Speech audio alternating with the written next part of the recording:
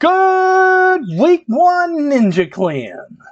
Well, I can help you out. The first thing you do in anything you do is analyze the audience. The first thing you do in every presentation, everything in life, if you're going on a date, if you're going to do a job interview, if you're going to do anything, is analyze the audience. Say it with me. The first thing you do in any presentation is analyze the audience. Now, you might ask why, and that's a really great question. So the reason we analyze the audience is to understand who they are, where they are, when they are, where they are, what's going on. The things you want to know is the demographics. Demographics are the things that are outside, such as age, race, genders, orientation, political affiliation. Shoe size is something I had never thought about, but it was brought up. Hair color. All these things affect our life experiences. See, if we have a certain socioeconomic status, we have a lot of money, we have a whole lot different life experience, which is called a frame of reference, than those people who maybe have less money. And it's not good or bad, it just is. See, these things just are. Where people were raised directly affects how they interact and how they think. Where demographics are the outside, these are the ways we categorize. These are the ways we figure out who we're talking to and where we are.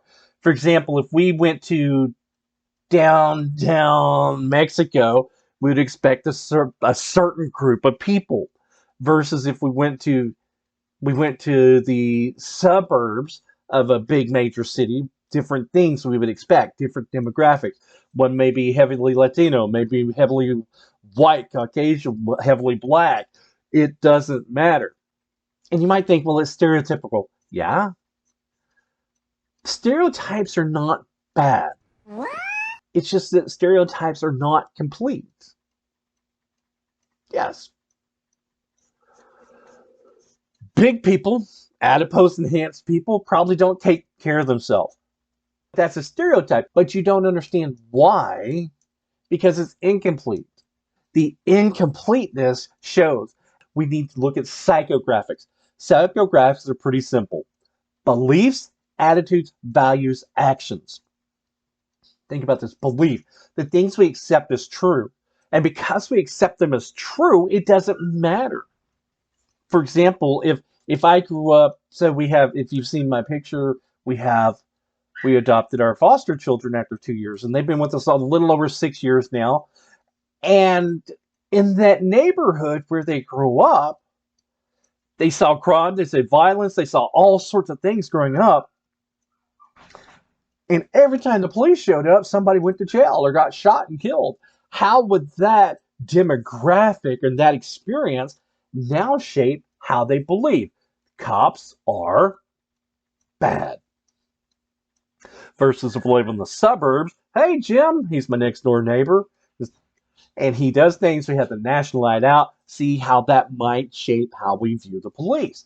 And because we have that belief, it shapes our attitude. So belief is what we accept as true. Whether it is true or not does not matter.